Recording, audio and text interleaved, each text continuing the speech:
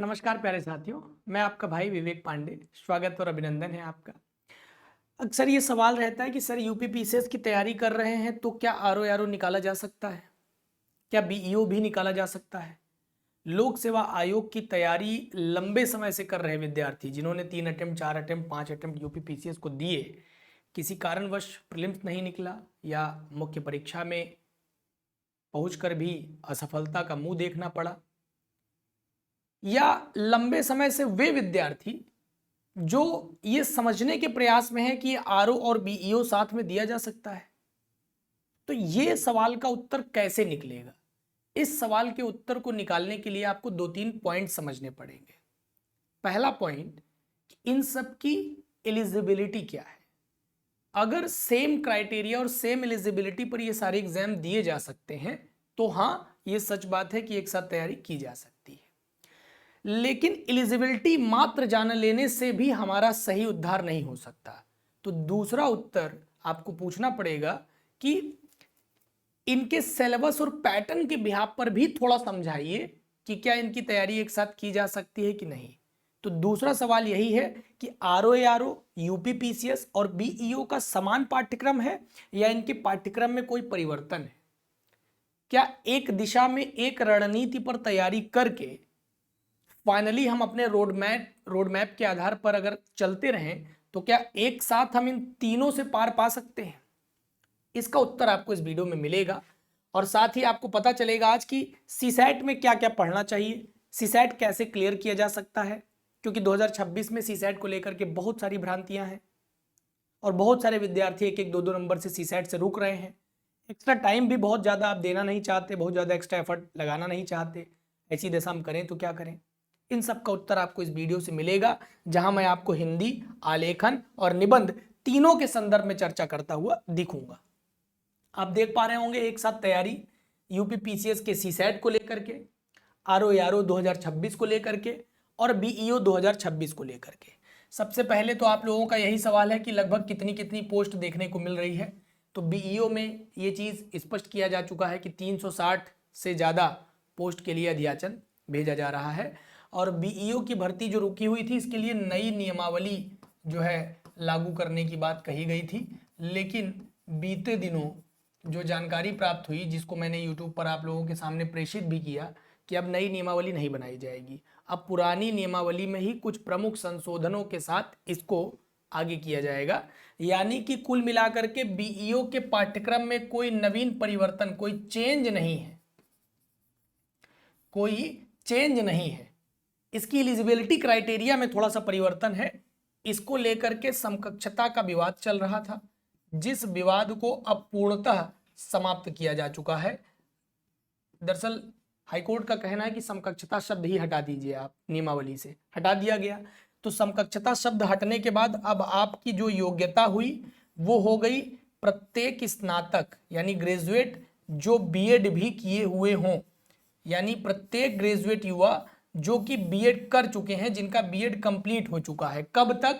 इस जुलाई तक। अगर आपका वीडियो, अगर आपका ये जो बीएड है वो कंप्लीट हो गया है, आपका रिजल्ट आ चुका है जिसमें आपको पास घोषित कर दिया गया है, चाहे सेमेस्टर प्रणाली से हो चाहे ईयरली पैटर्न के बिहाफ पर हो, तो आप इस परीक्षा के लिए अर्ह हैं, योग्य हैं। दूसरा आरओ जिसके लिए 480 प्लस पोस्ट आ रही है, ये दोनों भर्तियां आपको 15 अगस्त के आसपास देखने को मिल जाएंगी। इसकी जो आवाज़ है वो बड़ी तेज कर दी गई है, इसकी मीटिंग्स बड़ी क्लियर कर दी गई हैं, अंतिम मीटिंग भी हो चुका है, फैसला हो चुका है।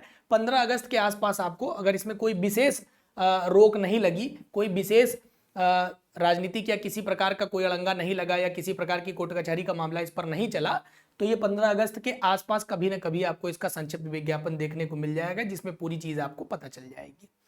अगर कोई नहीं लगा तो, अगर लग गया तो ये 15-20 दिन, 1 महीने और डिले हो सकती है, ज़्यादा से ज़्यादा इतना ही डिले होगा, 15-20 दिन, इससे ज़्यादा नहीं।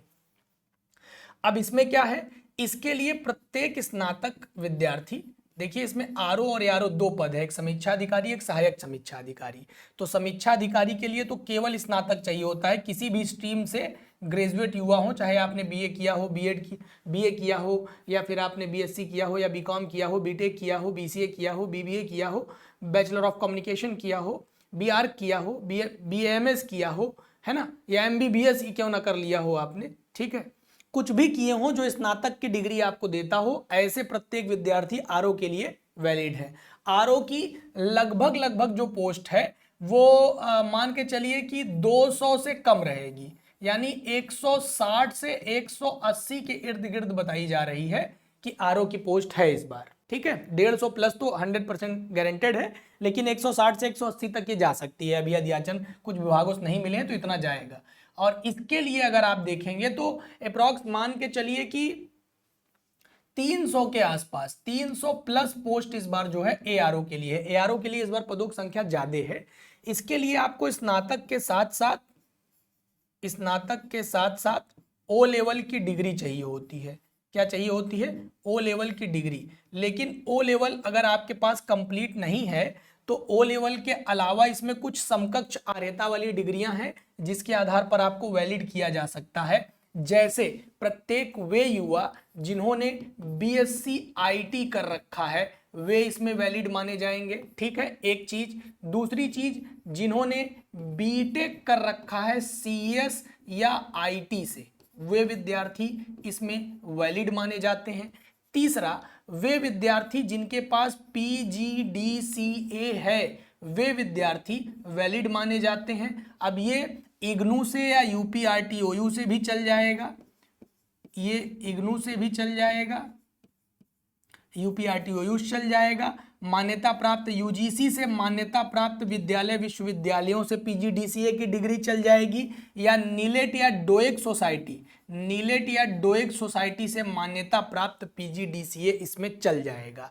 और आपने कोई ऐसी डिग्री ले रखा है जो 2 वर्ष की डिप्लोमा के बराबर मानी जाती हो, गौर से सुन लीजिए, 2 वर्ष की equivalent to the diploma degree, जहां पर कंप्यूटर की 2 वर्ष की डिप्लोमा डिग्री दी जाती हो, जैसे एडीसीए की डिग्री हो गई, advance diploma of computer application. ऐसी डिग्रियां ओ लेवल के समकक्ष मानी जाती हैं।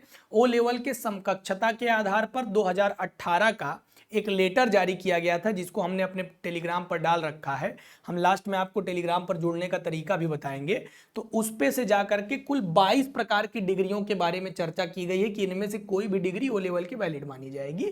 अभी मैंने मोटा मोटा आपको आइडिया दे दिया है, ऐसे प्रत्येक विद्यार्थी एआरओ के लिए वैलिड होंगे। तो आप दिल छोटा मत करिए, अगर आपके पास कोई भी कंप्यूटर डिग्री नहीं है, आप एक नॉर्मल बीए ग्रेजुएट भी हैं, तो भी आप फॉर्म भरिए भाई। 160, 170, 180 पदों के लिए तो लड़ाई करेंगे ही करेंगे ना, कि छोड़ देंगे, जाने देंगे उसको, ऐसा तो नहीं है भाई। इसके पहले इतने ही पोस्ट आते थे, आरओ मिला करके 200 पोस्ट, कभी 250 पोस्ट के ऊपर कभी गया नहीं है। ये तो इस बार पिछली बार वाले में जो है 400 के ऊपर पद निकाले गए, और इस बार दोबारा ऐसा हो रहा है कि 450 के से 500 के आसपास पोस्ट आने की उम्मीद दिखाई पड़ रही है। अब आ जाते हैं यूपी पीसीएस के बारे में, सीसैट के बारे में। चाहे आप 2026 के ग्रेजुएट, चाहे 2026 के आप यूपी पीसीएस देने वाले हो, चाहे 2027 के, चाहे 2028 के, किसी भी वर्ष आप क्वालिफाई करने का विचार बना करके निकले हो, आप अभी इंटर पास किए हो, या फिर आप ग्रेजुएशन के किसी वर्ष में हो, स्नातक के किसी वर्ष में हो, या फिर आप ग्रेजुएशन कंप्लीट करके डायरेक्ट तैयारी में एनरोल होना चाह रहे हो, या फिर आप पीजी के साथ साथ तैयारी करना चाह रहे हो, किसी भी दशा में आपके लिए ये पूरी वीडियो अब आपको समझ में आ गई होगी कि आपको देखना चाहिए कि नहीं देखना चाहिए। आइए अब आगे बढ़ते हैं। सबसे पहले मैं यूपी पीसीएस की बात करूं तो यूपी पीसीएस में आपको 2 पेपर देने होते हैं जो कि सेम डे में ही होते हैं। एक जनरल स्टडीज का पेपर होता है और दूसरा सीसैट का पेपर होता है, जिसको जीएस पेपर 2 कई लोग बोलते हैं, जो कि एक गलत शब्द है। ये आपका प्रॉपर सीसैट का पेपर होता है। अब आप देखिए, इसमें आपको जनरल स्टडीज में क्या क्या पढ़ना होता है। जनरल साइंस पढ़ना होता है, एनवायरमेंट एंड सोशल स्टडीज जिसमें डेवलपमेंट्स के बारे में पढ़ना होता है, एनवायरमेंटल इकोलॉजी, बायोडाइवर्सिटी और क्लाइमेट चेंजेस के बारे में पढ़ना होता है, पॉलिटी एंड गवर्नेंस पढ़ना होता है, ज्योग्राफी पढ़ना होता है, हिस्ट्री पढ़ना होता है, करंट अफेयर्स पढ़ना होता है। ये पूरा एक सिलेबस का एक पार्ट है, मोटा मोटा स्ट्रक्चर है, जो कि सामान्य अध्ययन के नाम से जिसको आप लोग जानते हैं। ये सामान्य अध्ययन का जो है प्रश्न पत्र आपको हल करना होता है। अब वर्तमान समय की अगर दिशा दशा देखी जाए तो ये जो सामान्य अध्ययन का है, इसका आप टारगेट 105 लेकर के चलेंगे, तब जाकर के आप जो है 90 प्लस पर ही मेरिट जा रही है। लगातार देखने को जो मिल रहा है वो 90 पार कर जा रही है मेरिट। तो आप इसी हिसाब से जो है टारगेट लेकर के चलिए कि आप 105 का टारगेट लेकर चलिए, तब आप 90, 95, 100 तक कहीं पहुंच पाएंगे। ठीक है ना, आपको टारगेट तो यही लेकर चलना पड़ेगा। इस पर मैं कभी अलग से वीडियो बनाऊंगा कि किस तरह का टारगेट लेकर के कैसे क्या काम करना चाहिए, कितने अटेम्प्ट्स लेने चाहिए। है ना, जो मेरा अपना एक्सपीरियंस है, जो मेरे लंबे समय से पढ़ाने का जो अनुभव है, विद्यार्थियों के द्वारा बताई गई बातों का के आधार पर जो कंक्लूजन है उस पर मैं बाद में बात करूंगा। आज हमारा जो वीडियो का जो टाइटल है उन दोनों पॉइंट्स पर मैं टिक करके आपसे बात करना चाहता हूँ। अब बात आती है सीसैट की। सीसैट आपके आरओ और बीओ में कितना रोल प्ले करता है सर? ये सीसैट आपके आरओ और बीओ में भी कुछ रोल प्ले करता है क्या? यानी अगर आरओ की तैयारी करने वाले विद्यार्थी सीसैट में घुसते हैं तो कितना बेनिफिशियल होगा उनके लिए? देखिए उनके लिए क्या बेनिफिशियल होगा, ये कॉम्प्रिहेंशन पार्ट आपके लिए बेनिफिशियल हो जाएगा। आपके लिए जनरल हिंदी का जो पार्ट है वो काफ़ी बेनिफिशियल हो जाएगा। अगर आप आरओ और बीओ में कूदते हैं तो आपको सीसैट के ये दोनों पोर्शन में काफ़ी हेल्प मिलेगी। और अब आती है बात इंटरपर्सनल स्किल एंड कम्युनिकेशन जो आपको पढ़ना होता है, लॉजिकल रीजनिंग आपको पढ़नी होती है, एनालिटिकल थिंकिंग डेवलप करके आपको इसको पढ़ना होता है, decision making and problem solving पढ़ना होता है, जनरल मेंटल एबिलिटी पढ़नी होती है, एलिमेंट्री मैथमेटिक्स पढ़ना होता है और जनरल इंग्लिश पढ़नी होती है। अब देखिए सीसैट में दो टाइप के विद्यार्थी निकल करके आते हैं, जरा सा मामले को बहुत कायदे से समझिएगा। एक देखिए हमारा जो भी विद्यार्थी इस परीक्षा में बैठ रहा है, एक टेक्निकल बैकग्राउंड का विद्यार्थी होता है और दूसरा नॉन टेक्निकल बैकग्राउंड का विद्यार्थी होता है। ये टेक्निकल बैकग्राउंड का विद्यार्थी कौन है? जिसने बीटेक किया है, बीएससी किया है, या बीएससी में भी जो नॉर्मल बीएससी से हट करके जिसने स्टैटिस्टिक या बीएससी आईटी वगैरह के कुछ फील्ड्स को टच करने की कोशिश किया है। नॉन टेक वाले भी बच्चे हैं जो जनरली थोड़ा बहुत बीए वाले ज़्यादातर बच्चे इसमें हैं, बीकॉम वाले भी कुछ हद तक इसी में आ जाते हैं, कुछ हद तक टेक्निकल में चले जाते हैं, वो थोड़ा बहुत उनकी नॉलेज इन्हांस होती है, टेक्निकली थोड़ा सा वो स्ट्रांग होते हैं मैथ्स वगैरह में। मतलब एकदम बीए से तो कुछ कंडीशन उनकी अच्छी होती है मैथ्स रीजनिंग वगैरह में देखा जाए तो नॉन टेक्निकल वाले कई सारे बच्चे आपको मिलेंगे। तो देखिए दो टाइप के बच्चे हो गए, टेक्निकल और नॉन टेक्निकल। अब टेक्निकल बैकग्राउंड के बच्चे के लिए बड़ा आसान है कि वो आईसीटी सॉल्व करे, है ना, interpersonal skill and communication solve करे, एक चीज। दूसरी चीज उसके लिए बहुत आसान है कि वो मैथ पर फोकस करे। तीसरी चीज उसके लिए आसान है कि वो रीजनिंग पे फोकस करे। चौथा उसके लिए आसान है कि वो इंग्लिश पर फोकस करे। लेकिन जो नॉन टेक वाला बच्चा है उसको पूरा फोकस अपने हिंदी के पेपर पर बनाना पड़ेगा, जहां पर उसको बहुत बड़ी बढ़त भी मिल रही है। 25 क्वेश्चन, सबसे ज्यादा क्वेश्चन अगर पूरे सीसैट में कहीं आता है तो हिंदी में आता है। 25 क्वेश्चन आते हैं। आपको क्वालिफाई करने के लिए 33% नंबर चाहिए होते हैं, 66 अंक चाहिए होते हैं, है ना, 66 अंक चाहिए होते हैं। आपको ध्यान से सुनिएगा, 2 नंबर का एक क्वेश्चन अप्रोक्सीमेटली रहता है। दूसरा, इंटरपर्सनल स्किल एंड कम्युनिकेशन आप भी सॉल्व कर सकते हैं, इसमें किसी प्रकार के बहुत टेक्निकलिटी की जरूरत नहीं है, एक बार पढ़ के इसको समझा जा सकता है। मेरी क्लासेज आपने इसके पहले भी देखी होंगी, अभी भी आपको मैं पढ़ाऊंगा, मेरी क्लासेज चल रही हैं, उसको आप देखते रहिए तो आपका काम हो जाएगा। अभी फिलहाल कम्युनिकेशन पे भी लगभग 8 से 10 सवाल पूछा जाता है, ये आप कर सकते हैं। तीसरा, डिसीजन मेकिंग के जो क्वेश्चन होते हैं, 5 क्वेश्चन यहाँ से पूछे जाते हैं, ये आप कर सकते हैं।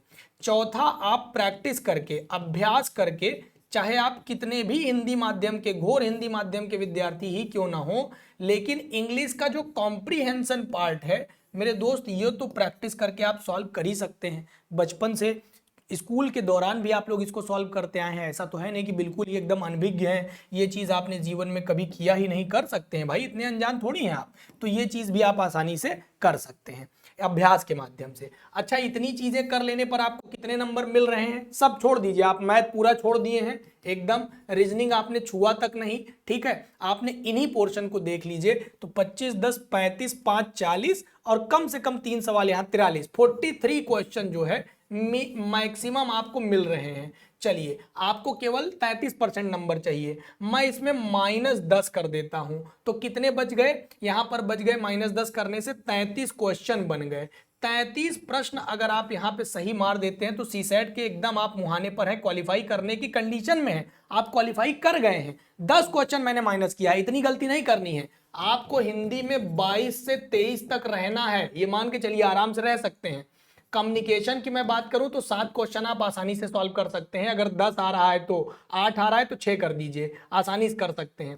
डिसीजन मेकिंग की अगर मैं बात करूं तो 2 से 3 क्वेश्चन आप आसानी से सॉल्व कर सकते हैं, तो 7 3 10 हो गया, और इधर आप जो है 10 10 20 10 30 और 3 33 34 क्वेश्चन आप यहां पर आसानी से कर ले गए हैं, जो कि आपको सीसेट क्वालिफाई करने में हेल्प कर रहा है। अच्छा, कितने भी कमजोर विद्यार्थी क्यों ना हो, रीजनिंग के 2-3 सवाल तो आप अटेम्प्ट कर ही सकते हैं। जैसे खास तौर पर आपने कैलेंडर पढ़ लिया, आपने क्लॉक से रिलेटेड, वॉच से रिलेटेड क्वेश्चंस पढ़ लिए, आपने नंबर सीरीज के कुछ क्वेश्चंस देख लिए। प्रैक्टिस के बिहाफ पर इतना अगर आप थोड़ा सा एफर्ट मार पाएं और मैथ के कुछ नहीं तो 2-3 क्वेश्चन तो आप अटेम्प्ट कर पाएं, तो आप अपने आप को गारंटेड नॉन टेक वाला विद्यार्थी भी केवल अभ्यास के दम पर सीसेट में क्वालिफाई कर सकता है। ऐसा नहीं है कि सीसेट इतना बड़ा आपके ऊपर बोझ है कि आप इसको कभी ना कर पाइए, इजीली किया जा सकता है, इतनी बड़ी बात भी नहीं है।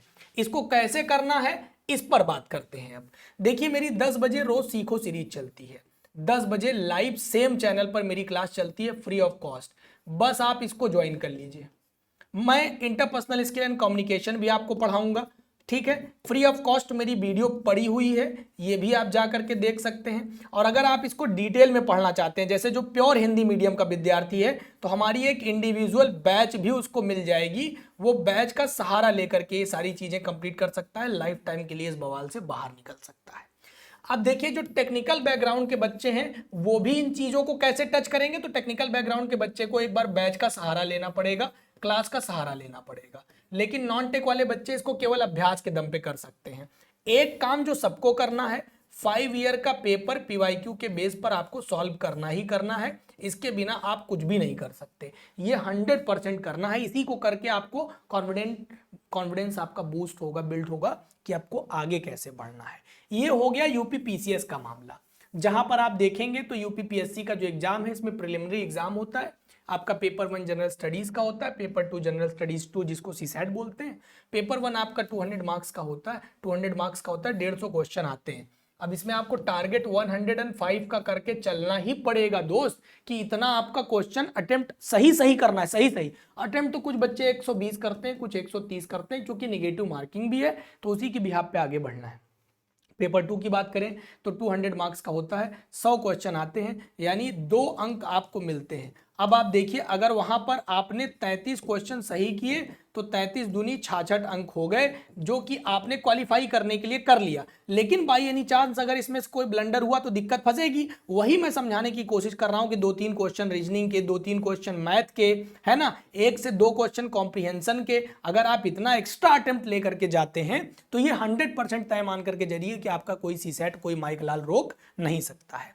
अब थोड़ा और आगे बढ़िए, तो ये जो ड्यूरेशन है ये 2 घंटे की होती है, और सारे पेपर जो है वो कंडक्ट करते हैं सेम डे पे ही। जो पेपर 1 है जीएस का सामान्य अध्ययन का, वो 9:30 से 11:30 होता है, और पेपर 2 2 से 2:30 होता है, 2-2:30 बजे शुरू होकर के 4:30 बजे तक जाता है। ये क्यों मैं बोल रहा हूं सर, टाइमिंग बताने का क्या आधार है, इसी टाइम आपको प्रैक्टिस भी करनी है, इसी समय का सदुपयोग करना है। इस समय आप सोते, खाते, पीते, आराम करते और खाना बनाते हुए नजर ना आइए, क्योंकि देखिए, आप जिस प्रकार की हैबिट से अपने आप को बांधेंगे शरीर को, वैसे ही आपका मस्तिष्क कार्य करना शुरू करता है। रोज आप 9:30 बजे सो के उठते थे, तो पेपर वाले दिन जबरदस्ती करके आप अपने शरीर से एक्स्ट्रा एक्टिविटी करवा करके 8 बजे भले उठ जाएं सेंटर पहुंचने के लिए, लेकिन संभावना नहीं है कि आप बहुत अच्छा रिजल्ट ला लेंगे। इसलिए ये जो टाइम है ना, इस टाइम को आप पढ़ने में ही लगाइए। 9:30 से 11:30 आप रोज पढ़िए, कंटेंट लगाइए, पीवाईक्यू लगाइए, कुछ भी करिए, लेकिन इस टाइम पे आप पढ़ते लिखते नजर आइए। ये जो 2:30 से 4:30 का समय है, इस टाइम आप पढ़ते लिखते नजर आइए। मेरा यही मानना है, आप कितना मानते हैं कमेंट करके बताइएगा।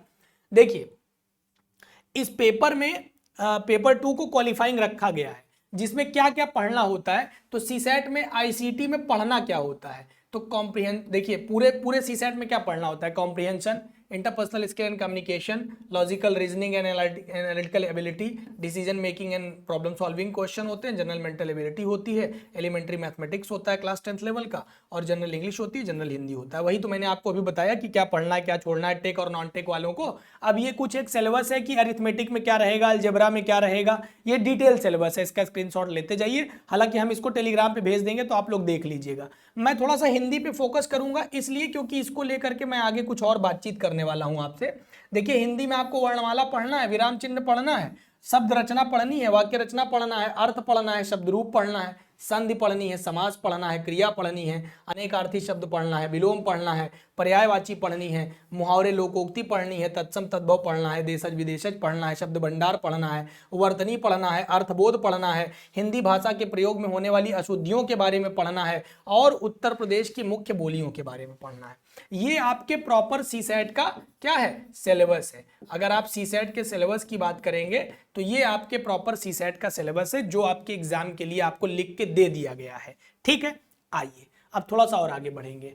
तो ये मैंने बताया है कि आईसीटी में क्या पढ़ना होता है, मतलब इंटरपर्सनल स्किल एंड कम्युनिकेशन में पढ़ना क्या होता है, एक्टिव लिसनिंग के बारे में, एम्पैथी एंड सिंपैथी के बारे में, असर्टिवनेस के बारे में, सेल्फ अवेयरनेस के बारे में और हेल्पिंग एंड फैसिलिटेशंस के बारे में पढ़ना होता है और कम्युनिकेशंस के बारे में पढ़ना होता है कि कम्युनिकेशन स्किल्स क्या होती हैं, टाइप ऑफ कम्युनिकेशंस क्या होते हैं, बैरियर्स क्या क्या हैं कम्युनिकेशंस में, फीडबैक क्या है, ये सारी चीज़ें आपको कम्युनिकेशन में पढ़नी होती है। तो मैं कम्युनिकेशन आपको पढ़ाऊंगा पूरा, वहाँ से आपको चीज़ें समझ में आएंगी, 100% मेरी गारंटी के साथ आपको समझ में आ जाएंगी।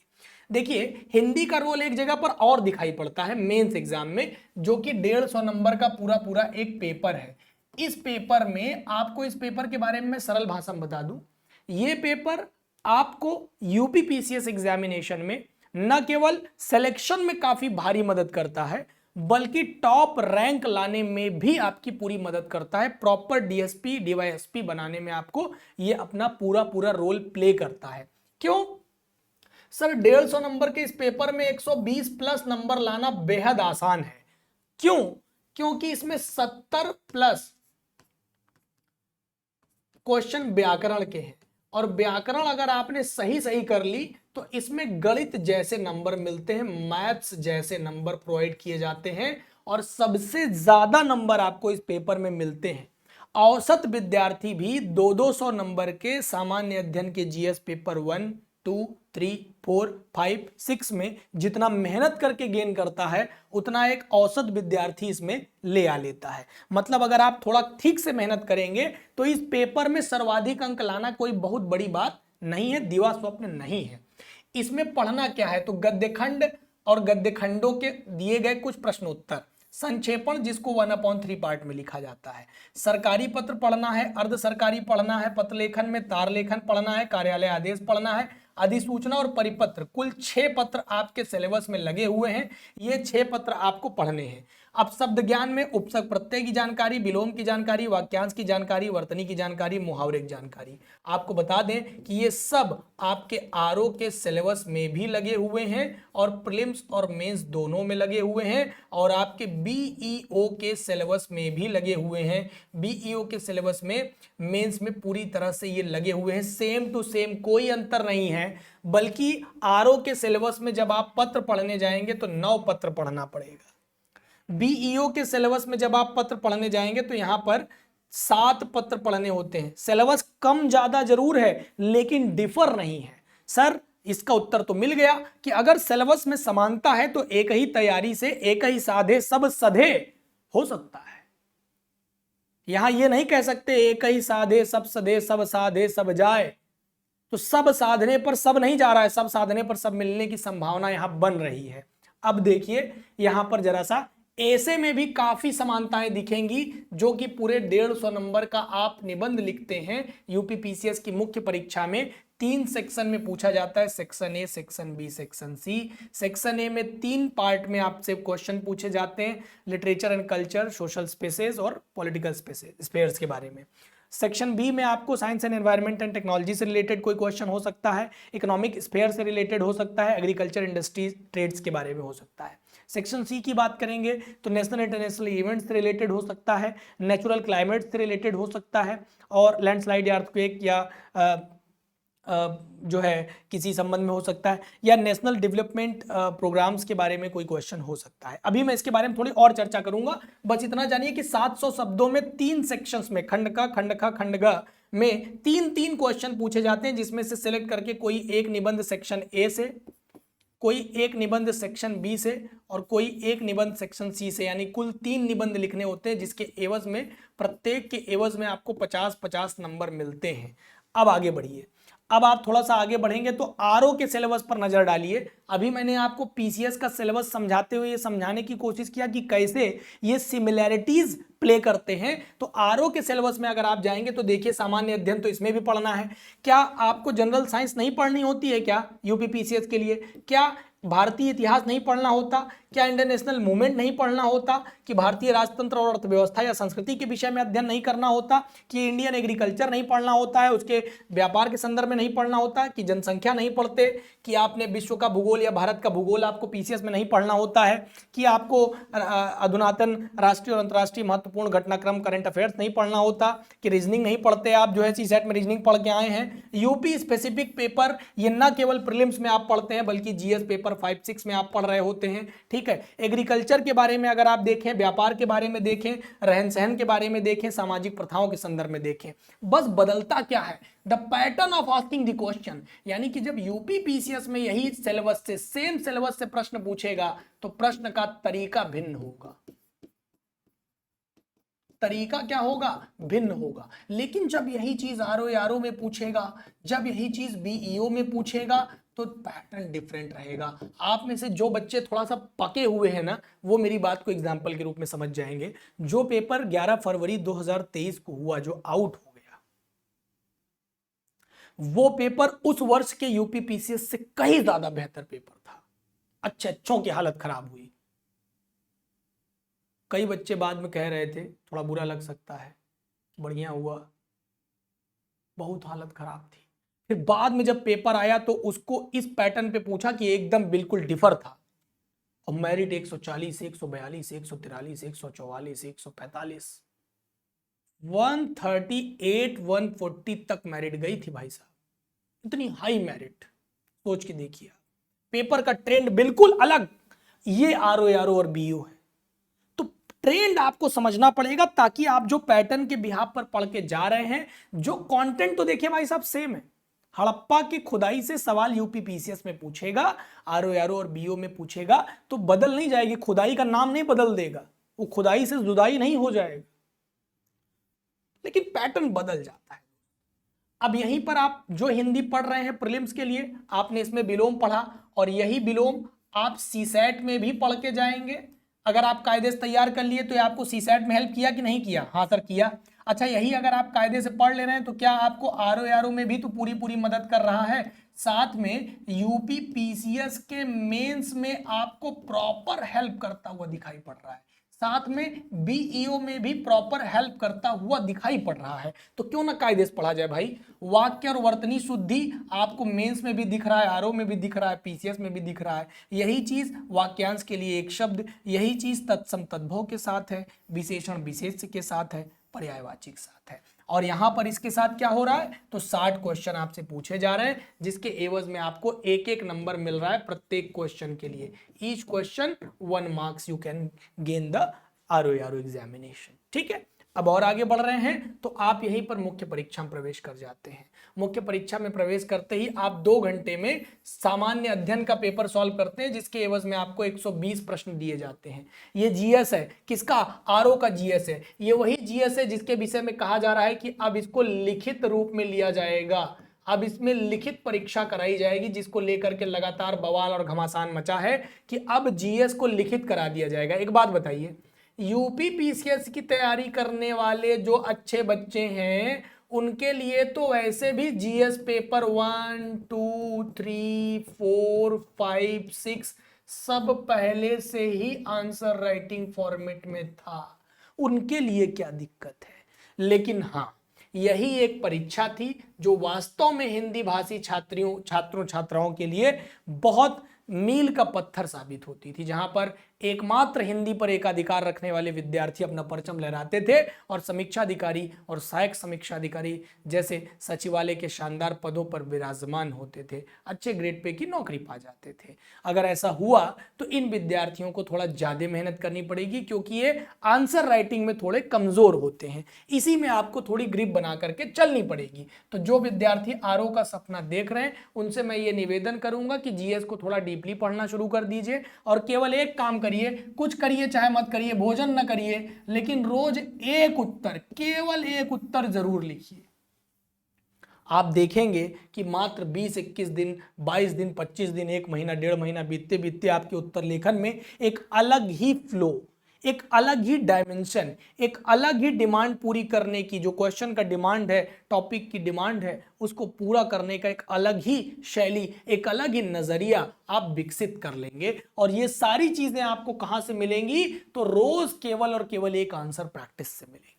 साथ में जब आप हिंदी पर उतरेंगे तो यहां पर देखिए केवल हिंदी नहीं लिखा है, यहां एक नया शब्द जोड़ा, आलेखन, यानी आपको ड्राफ्टिंग जैसी चीज सीखनी पड़ेगी, जहां पर गद्यखंड से शीर्षक को चुनना, गद्यखंड से सारांश की व्याख्या करना, 3 रेखांकित अंशों की व्याख्या करना, सारांश लिखना। ये खंड आपको कहां करना था? अगर ध्यान आ रहा हो तो जो 150 नंबर का यूपी पीसीएस वाला खंड है उसमें भी आप यही चीज किए हैं। जो यूपी पीसीएस वाला पार्ट था उसमें भी आप यही सेम चीज करके आए हैं। ये 120 नंबर का यहाँ पर पूरा का पूरा आपका परंपरागत सब्जेक्टिव रूप में सवाल पूछा जाता है, जिसमें शीर्षक चुनने पर 6 नंबर, सारांश लिखने पर, शीर्षक चुनने पर 3 नंबर, सारांश लिखने पर 6 नंबर और 4-4 नंबर की 3 व्याख्या आपसे पूछी जाती है। तब आपको 21 नंबर दिए जाते हैं। इस 21 नंबर में कोई भी बच्चा 18 अंक मैक्सिमम प्राप्त कर सकता है, इससे ज्यादा कोई प्राप्त ही नहीं कर सकता। कॉपी चेक करवा लीजिएगा, मतलब ये मैक्सिमम है आयोग का कि इससे ज्यादा किसी को नहीं देना है। मिला ही नहीं, आज तक किसी को नहीं मिला है। अगर किसी को मिला हो तो जरूर संपर्क करिएगा, आपसे मैं सलाह लेकर के विद्यार्थियों के हित में कुछ कर पाऊंगा, जरूर बताऊंगा उनको। आइए इधर आइए, अब पत्र लेखन पर आ जाइए। अब पत्र लेखन में आपको यहाँ पर पत्र का सारणी रूप लिखना होता है, जिसके एवज में आपको 15 नंबर मिलते हैं। ये केवल आरओ में करना होता है और बीईओ में भी यदा कदा पूछ लेता है, लेकिन बीईओ में नहीं है, ये केवल आरओ में है। आरओ में आपको tabular form of the letter पढ़ना होता है, जो कि हम आपको अपने पेड बैचेस में पढ़ाते हैं। यहां पर देखिए शासकीय पत्र, अर्धशासकीय पत्र, कार्यालय आदेश, ज्ञाप और परिपत्र 1, 2, 3, 4, 5, 6, 7, 8 और 9, जो मैंने आपको कहा था कि कुल 9 पत्र पढ़ना होता है, वो मिला लीजिए। यही चीज आपको यूपी पीसीएस में भी पढ़नी है, यही चीज आरओ में भी आप पढ़ रहे हैं और यही चीज बीओ में भी पढ़ रहे हैं। तो क्यों एक साथ तैयारी नहीं की जा सकती? क्यों नहीं की जा सकती भाई? आर्यता अगर हमारे पास है, सिलेबस में गंभीरता हमारे पास है, उत्तर लेखन की कला हमारे पास है, रेगुलरिटी जैसी चीज हमारे पास है और अच्छे शिक्षकों का साथ है, जो हमारे 2 साल के काम को 1 साल या 8 महीने में तब्दील कर सकते हैं, तो फिर क्या संभव नहीं है? है ना? निश्चित रूप से संभव है। अब आपको कॉन्फिडेंस भी आ रहा होगा, समझ में भी आ रहा होगा। ये प्रशासनिक शब्दावली आपको पढ़नी होती है, जो कि आरओ और बीईओ दोनों में होती है। ये बीईओ में काम आएगी और आरओ में काम आ जाएगी, इसका पीसीएस से लेना देना नहीं है। ये मुहावरे आपके पीसीएस में 30 नंबर के पूछे जाते हैं दोस्त, इतने काम के हैं। और आरओ में 10 नंबर का और बीईओ में भी ये दबा के पूछा जाता है। यहां भी लगभग 10 नंबर का मान के चलिए कि पूछ ही लेता है, ठीक है। तो इस तरह से, और कंप्यूटर भी पढ़ना होता है। तो ये कंप्यूटर जो आप यहां पढ़ेंगे, ये इंटरपर्सनल स्किल एंड कम्युनिकेशन से रिलेटेड आईसीटी कुछ क्वेश्चन पूछ लिए जाते हैं, 1 या 2 क्वेश्चन ही होते हैं, लेकिन ठीक है, कंप्यूटर ज्ञान थोड़ा बहुत होना चाहिए, इतना आपके पास है भी।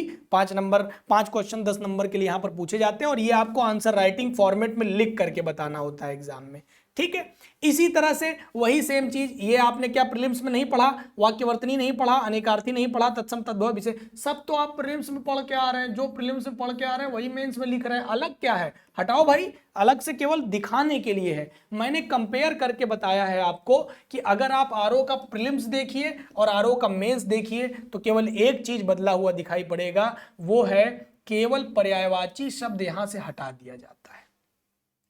प्रीलिम्स में पर्यायवाची आता है, मेंस में पर्यायवाची नहीं आता, इसकी जगह पर मुहावरा पूछा जाता है।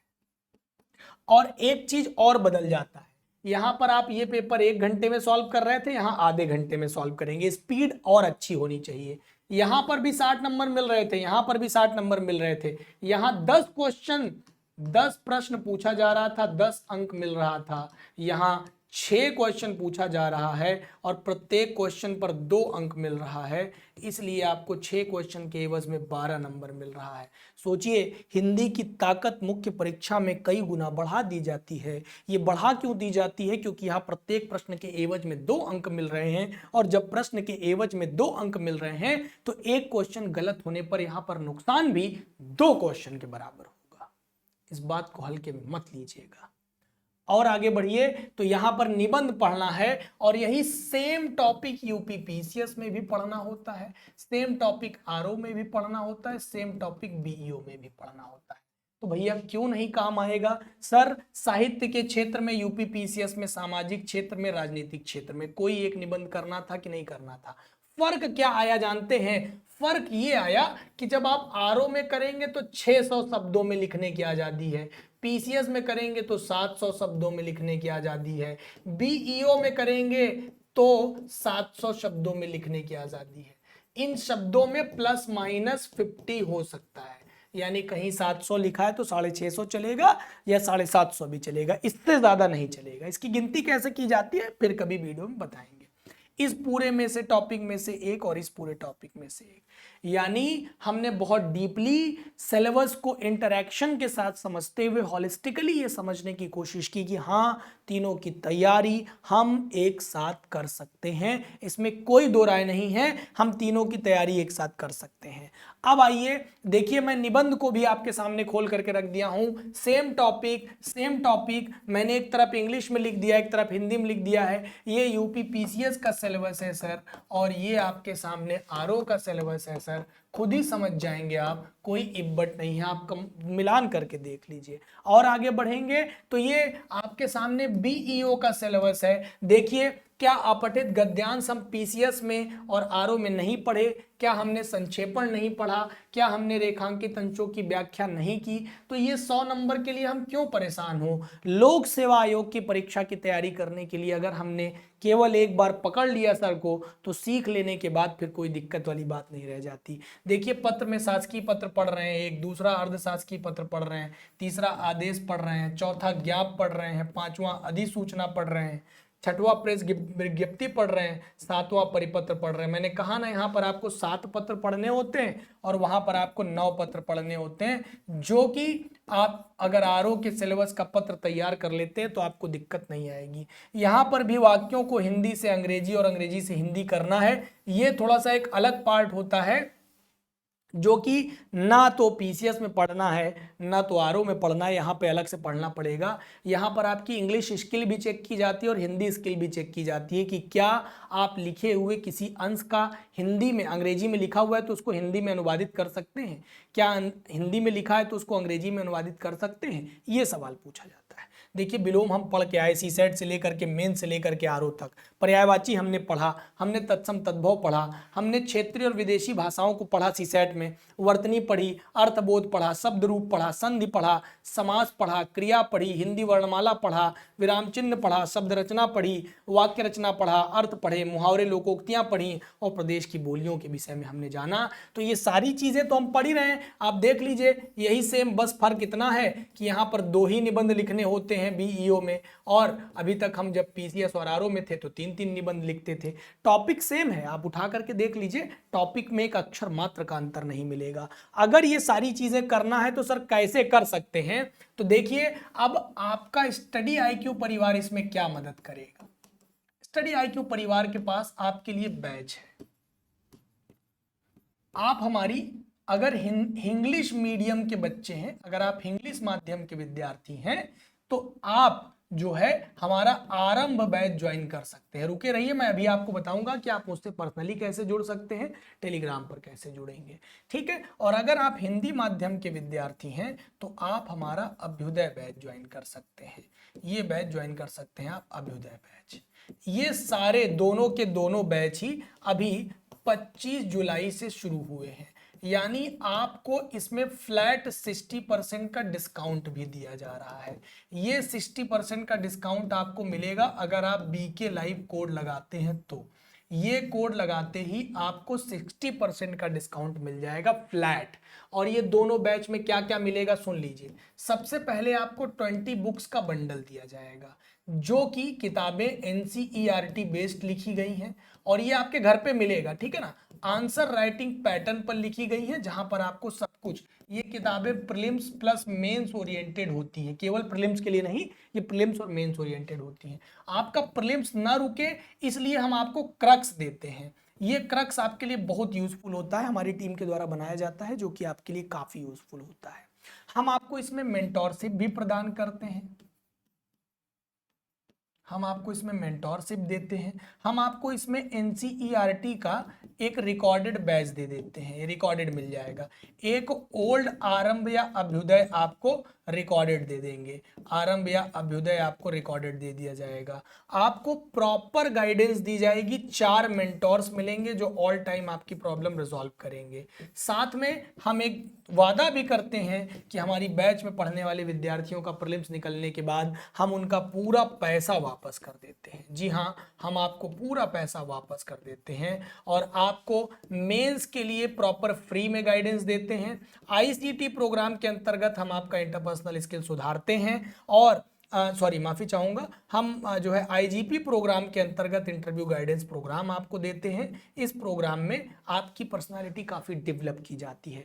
ये रहा हमारा एक बैच, और इन बैचेस में आप कैसे जुड़ सकते हैं। अगर आप आरओ की बैच देख रहे हैं तो आपके लिए हमारा आरओ का बैच है 2026 के लिए, आप इसको भी ज्वाइन कर सकते हैं बीके लाइव कोड लगा करके, या फिर आप मेरा नंबर नोट कर लीजिए 9451178276।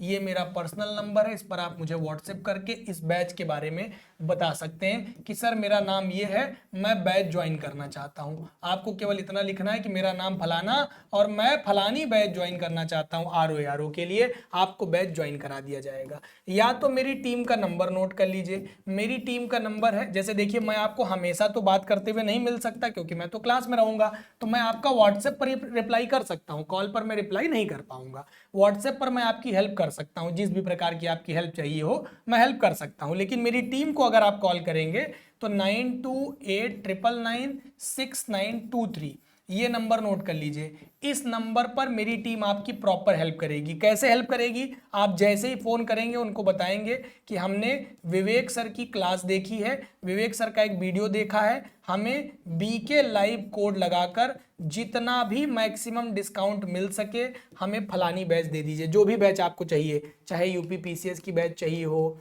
चाहे आपको आरओ की बैच चाहिए हो, चाहे आपको बीईओ की बैच चाहिए हो, कोई भी बैच चाहिए हो, जब आप ये लाइन बोलेंगे कि हमने विवेक सर का क्लास देखा है और बीके लाइव कोड लगा करके मैक्सिमम डिस्काउंट के साथ बैच दे दीजिए, तो आपको बैच प्रदान कर दिया जाएगा।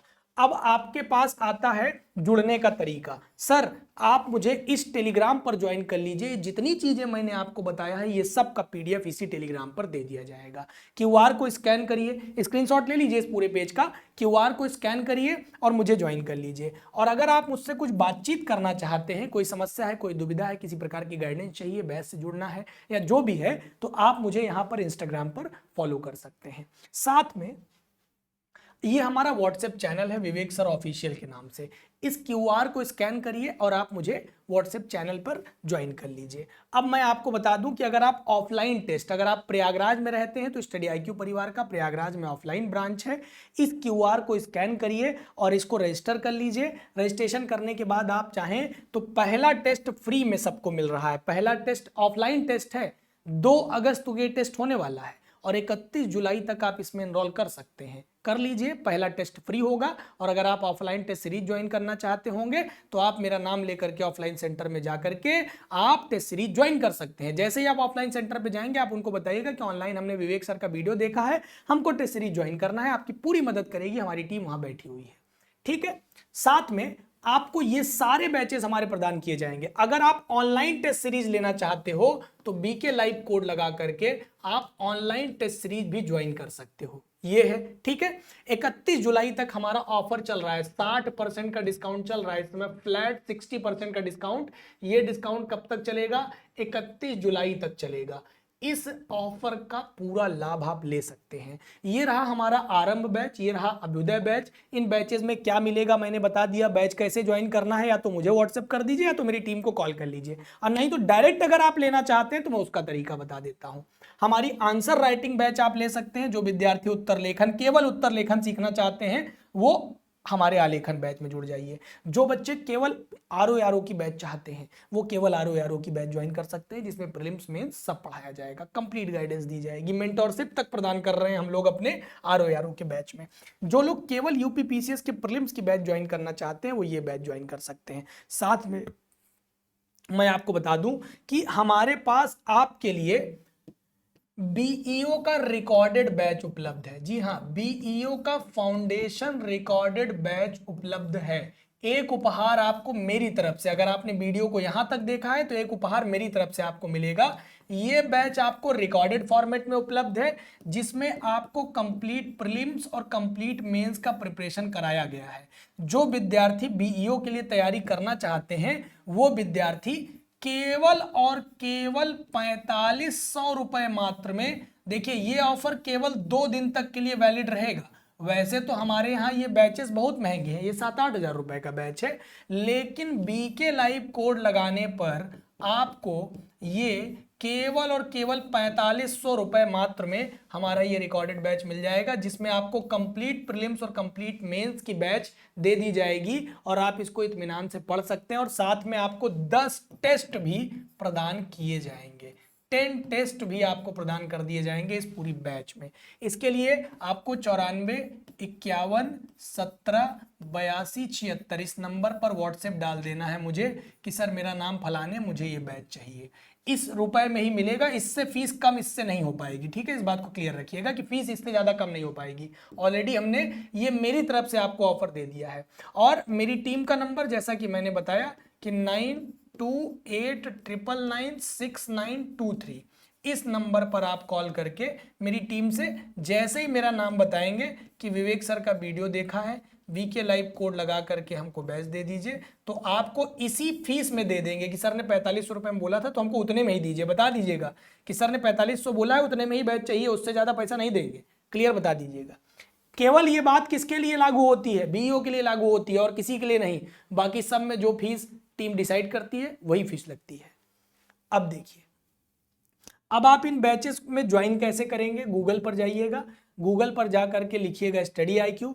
अब पहला ऑनलाइन बेस्ट ऑनलाइन कोर्स पे जाइएगा, थोड़ा नीचे स्क्रॉल करिए, स्टेट PSC पे जाइए, उत्तर प्रदेश पे जाइए। देखिए हमारा आरंभ बैच, हमारा अभ्युदय बैच, हमारा प्रीलिम्स का बैच है, हमारा आलेखन बैच है जो कि मेंस का बैच है, हमारा यूपीपीएससी के द्वारा जो आरओ का एग्जाम होता है वो है।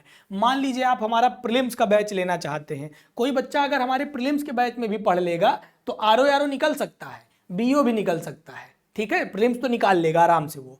जैसे आप जाएंगे तो 100 डिटेल में चले जाइए, आपको पता चल जाएगा बैच में क्या क्या मिल रहा है, गोल्ड में क्या मिलेगा, प्लेटिनम में क्या मिलेगा।